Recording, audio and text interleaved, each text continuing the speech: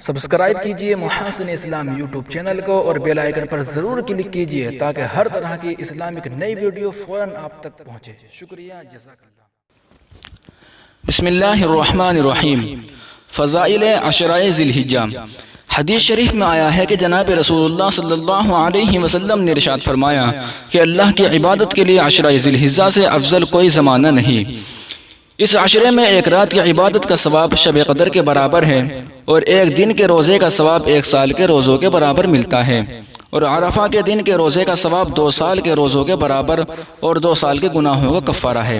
معلوم ہوا کہ رمضان المبارک کی طرح اس عشرے میں بھی ہر نیک عمل کا ثواب بڑھا دیا جاتا ہے، لیکن خاص عبادت اس عشرے کی قربانی ہے، جو حضرت ابراہیم خلیل اللہ علی نبینا وعلیہ السلام کے ایک واقعے کی یادگار ہے۔ چنانچہ حدیث شریف میں وارد ہے کہ صحابہ کرام رضی اللہ عنہم اجمعین نے سوال کیا کہ یا رسول اللہ، یہ قربانی کیا چیز ہے؟ ارشاد فرمایا کہ یہ تمہارے باپ حضرت ابراہیم علیہ السلام کی سنت ہے۔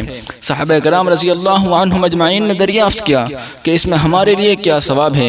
ارشاد فرمایا، جانور کے ہر بال کے برابر نیکی اور گناہ کی معافی، اور تمہاری قربانی کے جانور تمہارے لیے پل صراط پر سواری کا کام دیں گے، اور اخلاص کے ساتھ قربانی پیش کی جائے تو جانور کے خون کا قطرہ زمین پر گرنے سے پہلے اس کی قبولیت اور مغفرت کا فیصلہ ہو جاتا ہے۔ شکریہ، جزاک اللہ۔ مزید قربانی کے مسئلے مسائل کے لیے ہمارے یوٹیوب چینل محاسن اسلام کو ضرور سبسکرائب کیجئے اور بیل آئیکن پر کلک کرنا نہ بھولیں۔ جزاک اللہ۔